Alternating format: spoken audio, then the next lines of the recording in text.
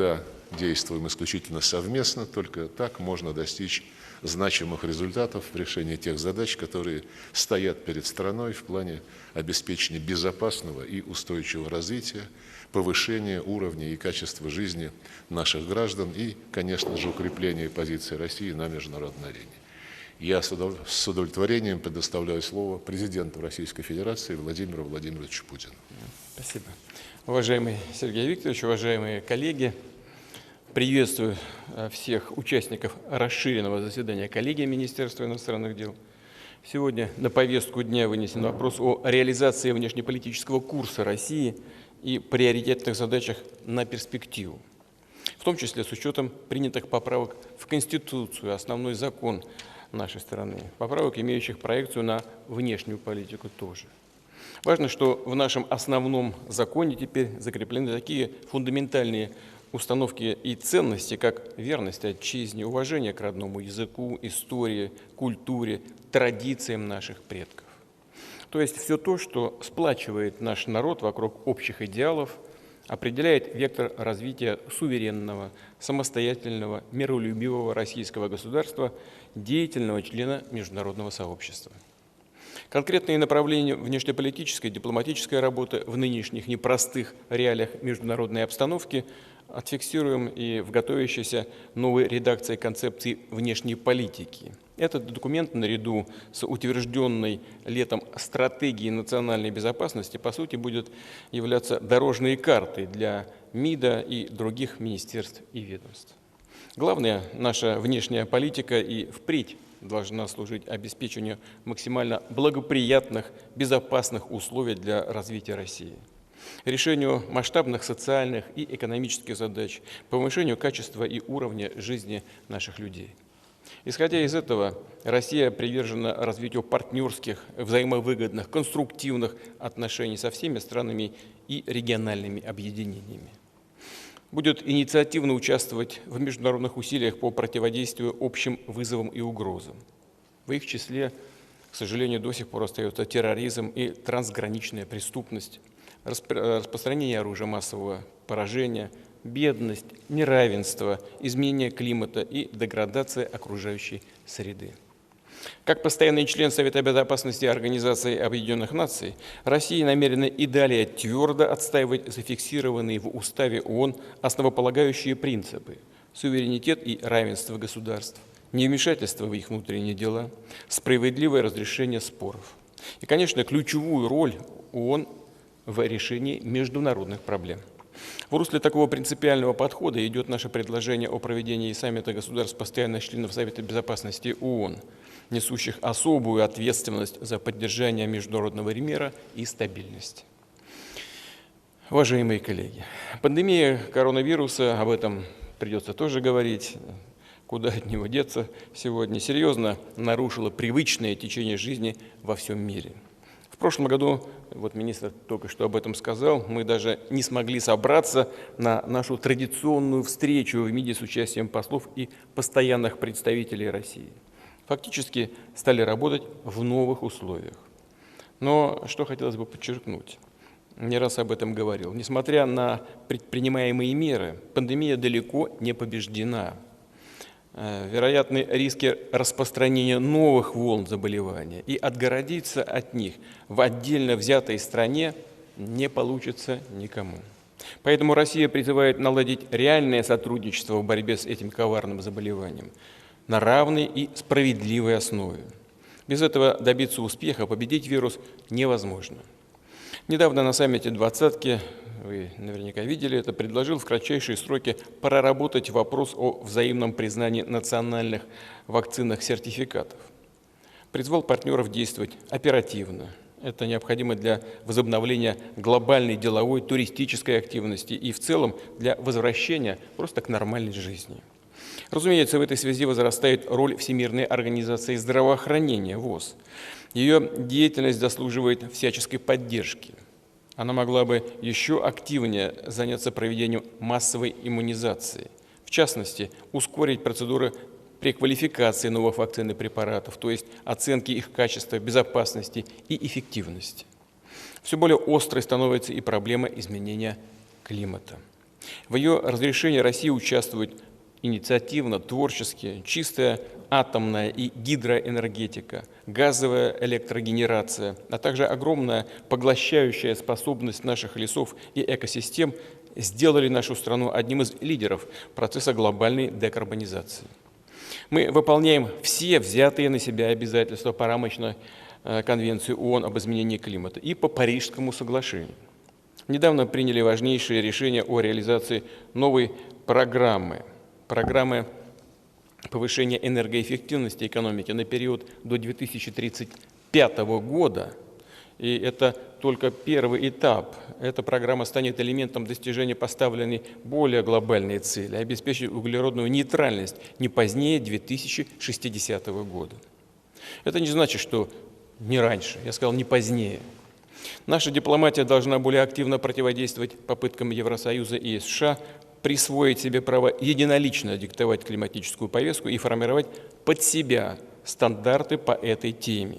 Хотя мы видели, как сложно происходили дискуссии в Глазго, и там у них между собой еще много-много-много вопросов. Но мы не призываем никаким расколам, а наоборот призываем к поиску взаимоприемлемых решений. Кстати, в целом надо исходить из того, что Россия сейчас вышла на передовые позиции в деле зеленой трансформации, цифровизации всех отраслей экономики и сфер жизни человека. В числе других первоочередных задач, стоящих перед дипломатической службой, отмечу необходимость повышения внимания к укреплению связей с проживающими за рубежом соотечественниками, защите их интересов и сохранения общероссийской культурной идентичности, а также к вопросам упрощения процедур приема соотечественников российское гражданство. Да, я понимаю, здесь вопрос на стыке нескольких министерств и ведомств, но и МИД тоже должен этим заниматься. В целом следовало бы наметить наиболее оптимальные пути реализации созидательного потенциала многомиллионного русского мира. Безусловно, важно и дальше формировать атмосферу добрососедства, безопасности и сотрудничества на постсоветском пространстве. Для этого расширять отношения с партнерами по содружеству независимых государств, с которыми нас сближают исторические, культурные, просто человеческие связи. Ключевой интеграционный проект – это Евразийский экономический союз, нацеленный на создание единого рынка товаров и услуг, капиталов и рабочей силы. Последовательное продвижение интеграции уже приносит странам-участницам реальную отдачу, стимулирует экономический рост, содействует повышению благосостояния граждан. Такие достижения нужно использовать, чтобы вовлекать в организацию, в орбиту Евразес новых членов и партнеров. С учетом известных рисков и вызовов, возникающих по периметру наших границ, особого внимания требует совместная работа с союзниками по организации договора о коллективной безопасности. Эта организация на протяжении последних десятилетий вносит серьезный вклад в поддержание стабильности на евразийском пространстве. Надо стремиться к тому, чтобы взаимодействие в рамках ОДКБ постоянно укреплялось и на практике служило надежной защитой национальных интересов, суверенитета и независимости государств-участников. Также следовало бы конкретными делами углублять партнерство в рамках Шанхайской организации сотрудничества. ШОС является одним из наиболее влиятельных центров многополярного мира, многополярной международной архитектуры. Ощутимо способствует обеспечению стабильности и устойчивого социально-экономического роста в евразийском регионе. В наших интересах добиваться того, чтобы государства-члены ШОС теснее координировали внешнеполитическую деятельность, прежде всего в ООН, а также на других международных площадках. И, конечно, в таком же ключе будем развивать сотрудничество в рамках БРИКС, объединение, которое охватывает свыше 40% населения мира и более четверти сухопутной территории планеты. Роль БРИКС в международных делах должна быть более весомой и отвечать возрастающему потенциалу стран-участников. Уважаемые коллеги, традиционно наша дипломатия активно вовлечена в урегулирование региональных конфликтов. К сожалению, количество таких конфликтов и кризисных ситуаций в мире множится, требует все большего внимания и оперативного реагирования. В числе наиболее острых, чувствительных, конечно, для нас это прежде всего внутриукраинский кризис. Пока он далек от разрешения, к сожалению. Украина демонстративно не выполняет свои обязательства по Минскому комплексу мер. как и договоренности, достигнутые в нормандском формате. На словах наши партнеры по нормандскому квартету, ФРГ, Франция, не оспаривают значение Минских соглашений. Кстати говоря, это нельзя забывать, что эти Минские соглашения приобрели форму нормы международного права, принято соответствующее решение Совета Безопасности ООН. Но на деле, к сожалению, потакает курсу сегодняшнего киевского руководства на их демонтаж, что заводит переговоры и само урегулирование, к сожалению, в тупик. Тем не менее, посреднические усилия в контактной группе и нормандском формате важно продолжать, настойчиво продолжать, энергично, поскольку других международных механизмов содействия внутриукраинскому урегулированию не существует. Как нет и альтернативы выполнения самих Минских договоренностей в полном объеме. При этом нужно учитывать, что западные партнеры обостряют ситуацию поставками Киеву летального современного вооружения, проведением провокационных военных маневров в Черном море, да и не только в Черном, и в других регионах, близких к нашим границам. А что касается Черного моря, то последнее это вообще выходит за определенные рамки. Но на расстоянии 20 километров от нашей государственной границы летают стратегические бомбардировщики. Они, как известно, несут очень серьезное оружие. Да, мы постоянно высказываем наши озабоченности по этому поводу, говорим о красных линиях. Ну, конечно, понимаем,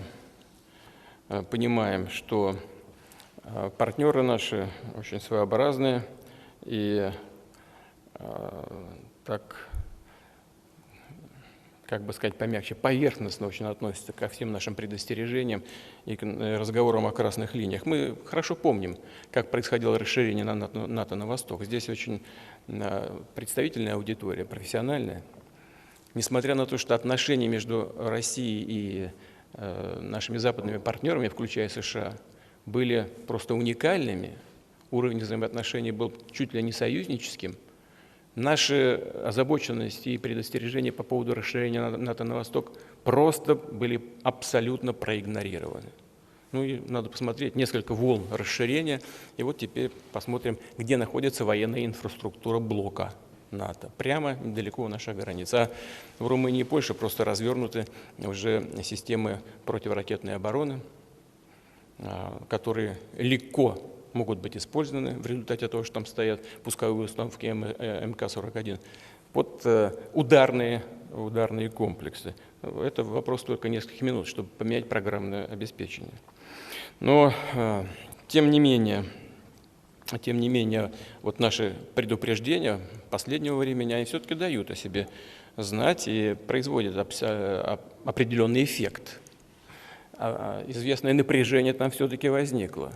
И в этой связи два момента здесь вижу. Во-первых, нужно, чтобы это состояние у них сохранялось как можно дольше, чтобы им в голову не пришло устроить нам на наших западных рубежах какой-нибудь ненужный нам конфликт, а нам конфликты не нужны.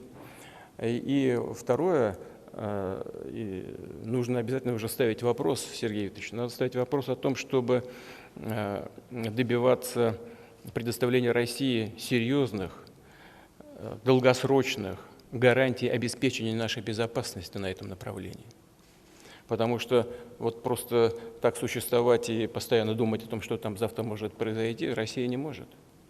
Понятно, что, и я вот вижу, несмотря на то, что маски одеты у многих, тем не менее по глазам видно, что возникают скептические улыбки по поводу того, можно ли рассчитывать и надеяться на серьезность возможных договоренностей по этому направлению, имея в виду, что мы все-таки имеем дело с, мягко говоря, не очень надежными партнерами. Они легко отказываются от любых прежних договоренностей. Тем не менее, как бы сложно это ни было, работать над этим нужно. И я прошу вас это иметь в виду. Нельзя не видеть также, что западные страны используют миграционный кризис на белорусско-польской границе как новый повод для для напряжения в нашем близком для нас регионе, для давления на Минск. И при этом забывают собственные обязательства в гуманитарной сфере. Давайте посмотрим, как польские силовики ведут себя сегодня на границе. Ну, не знаю, все же видите, интернет смотрите, телевидение. Ну, вот первое, что приходит в голову, ну, детей жалко просто. Ну, маленькие дети-то. Нет, поливают туда водой, с слезоточивым газом, гранаты бросают туда. Но ночью вдоль границы вертолеты летают, сирены включают. Я очень хорошо помню 2014 год, когда польское руководство, пытаясь остановить применение органами правопорядка на Украине, президентом был тогда Янукович, говорило о невозможности применения таких средств к гражданскому населению. А сами что делают-то? Да, мы знаем и понимаем, мы знаем, что ситуация в Беларуси, она хоть и успокоилась внутри страны, но тем не менее проблемы есть. Мы это отдаем себе в этом отчет прекрасно. И, конечно, призываем к диалогу между властями и оппозицией. Но со своей стороны Россия, безусловно, продолжит линию на укрепление связи и углубление интеграционных процессов в Беларуси. Будем реализовывать все 28 принятых недавно отраслевых союзных программ по формированию общего экономического пространства. Переходить к проведению согласованной макроэкономической, налоговой, банковско-кредитной политики. Год назад, благодаря активным посредническим усилиям России, был остановлен конфликт в Нагорном Карабахе. Однако недавние перестрелки на армяно-азербайджанской границе показали, что ситуация в этом регионе все еще до конца не успокоилась. Для обеспечения стабильности крайне востребованы усилия российского миротворческого контингента, как гаранта режима прекращения огня и безопасности мирного населения. Несомненно, возрастает роль российской дипломатии в продолжении усилий по урегулированию спорных вопросов между Азербайджаном и Арменией, восстановлению в Закавказье экономических связей, разблокированию жизненно важных транспортных коридоров. У нас создана соответствующая комиссия межгосударственная на уровне вице-премьеров, работает, и, на мой взгляд, перспективы там неплохие. Реально все страны региона, включая Россию, заинтересованы в урегулировании, долгосрочном урегулировании этих проблем. Серьезные задачи стоят на афганском направлении, особенно после выхода американцев из этой страны. Продолжая контакты с талибами, следует активнее задействовать форматы московских консультаций и консультаций расширенной тройки с участием ключевых внешних игроков и соседей Афганистана в целях содействия установлению в стране гражданского мира и общественного порядка, нейтрализации террористических структур и наркопреступности. Происходящее в Афганистане диктует необходимость дополнительных мер по обеспечению безопасности России на южных рубежах, оказанию содействия нашим союзникам, государствам Центральной Азии, которые видят в России гаранта стабильности в регионе. В таком ключе надо действовать и дальше, предпринимая меры для того, чтобы предотвратить неконтролируемые потоки беженцев, не допустить проникновения через нашу границу террористов и других преступных элементов. Уважаемые коллеги, мы уже не раз отмечали устойчивую тенденцию смещения центра тяжести мировой политики и экономики из Евроатлантики в Азиатско-Тихоокеанский регион. Поэтому нужно продолжить энергично развивать отношения и торговые инвестиционные связи с государствами АТР, ориентируясь в частности на реализацию нашей масштабной инициативы по созданию большого евразийского партнерства как единого, широкого и открытого пространства безопасности, взаимовыгодного экономического и гуманитарного сотрудничества. Мы будем и далее укреплять связи с нашими добрыми соседями и друзьями в Китайской Народной Республике. Сейчас двусторонние отношения достигли наивысшего за всю историю уровня и носят характер всеобъемлющего стратегического партнерства. Можно сказать, являются моделью эффективного межгосударственного взаимодействия в 21 веке. Разумеется, это не всем нравится. Некоторые западные партнеры откровенно пытаются вбить клин между Москвой и Пекином. Мы это прекрасно видим. И вместе с китайскими друзьями будем и далее реагировать на них расширением взаимодействия в политике, экономике, в других сферах координировать шаги на международной арене. Схожих подходов Россия придерживается и в отношениях с нашим особо привилегированным стратегическим партнером Индией. Намерены наращивать действительно многоплановое двустороннее взаимодействие. Рассматриваем Индию как один из независимых, сильных центров многополярного мира с близкой нам внешнеполитической философией и приоритетами. Интересам поддержания стабильности и безопасности, а также обеспечения устойчивого развития в Азиатско-Тихоокеанском регионе способствует сотрудничество России и с АСЕАН. Важно всячески углублять и совершенствовать накопленный нами за 30 лет опыт продуктивного взаимодействия с этой ассоциацией в политике, экономике, социальной сфере. Одновременно не снижать темп работы с партнерами по форуму Азиатско-Тихоокеанского экономического сотрудничества, последовательно реализовывая имеющиеся инициативы по вопросам постэпидемического восстановления экономик, стимулирования торговли товарами и услугами, инвестиционных и технологических обменов, решения гуманитарных контактов. Россия всегда выступала и будет выступать далее в качестве беспристрастного посредника в урегулировании конфликтов и кризисов на Ближнем Востоке, всемирно способствовать стабилизации обстановки в этом регионе. При нашем прямом участии удалось побороть международный терроризм в Сирии, предотвратив распад этого государства. Затем в рамках Астанинского формата вместе с Турцией и Ираном запустить процесс межсирийского урегулирования под эгидой ООН. Российская дипломатия должна и дальше способствовать нормализации отношений между Сирией и арабскими странами, ее скорейшему возвращению в Лигу арабских государств, а также привлечению международной помощи для улучшения гуманитарной ситуации в этой стране. Принципиальное значение для оздоровления ситуации на Ближнем Востоке имеет содействие продвижения палестино-израильского урегулирования. Взвешенная и целенаправленная работа необходима и со всеми сторонами ливийского конфликта, чтобы ориентировать их на поиск компромиссов. И вообще нашим безусловным приоритетом было и остается развитие по-настоящему дружественного, прагматичного и деидеологизированного диалога со всеми государствами Ближнего Востока. Россия намерена и дальше уделять большое внимание сотрудничеству с африканскими государствами, придавая ему комплексный характер, взаимовыгодный характер. Кстати, именно в этих целях принято решение укрепить кадрами Департамент Африки Министерства иностранных дел. В 2019 году в Сочи успешно, как вы знаете, проведен первый саммит «Россия-Африка». А сейчас прорабатывается возможность следующей такой же встречи в 2022 году. Что касается стран Латинской Америки и Карибского бассейна, интерес к сотрудничеству с Россией в этом регионе всегда был большим, и он растет. Особенно в связи с оказанной нами масштабной помощью по поставкам вакцин и медикаментов для борьбы с коронавирусом. У нас сформировался на континенте круг стран, с которыми традиционно поддерживаются тесные, хорошие отношения. И этот круг расширяется. Надо поддерживать этот процесс. Говоря о европейских делах, приходится с сожалением констатировать, что возможности для сотрудничества сужаются, хотя Европейский Союз по-прежнему остается нашим ведущим торгово-экономическим партнером. Имевшие место ранее достаточно плодотворные взаимодействия по линии России и ЕС на нынешнем этапе испытывают серьезные трудности. Евросоюз продолжает отталкивать нас санкциями, недружественными действиями и голословными обвинениями, игнорируя очевидную пользу от взаимодействия в политике, экономике и в гуманитарной сфере.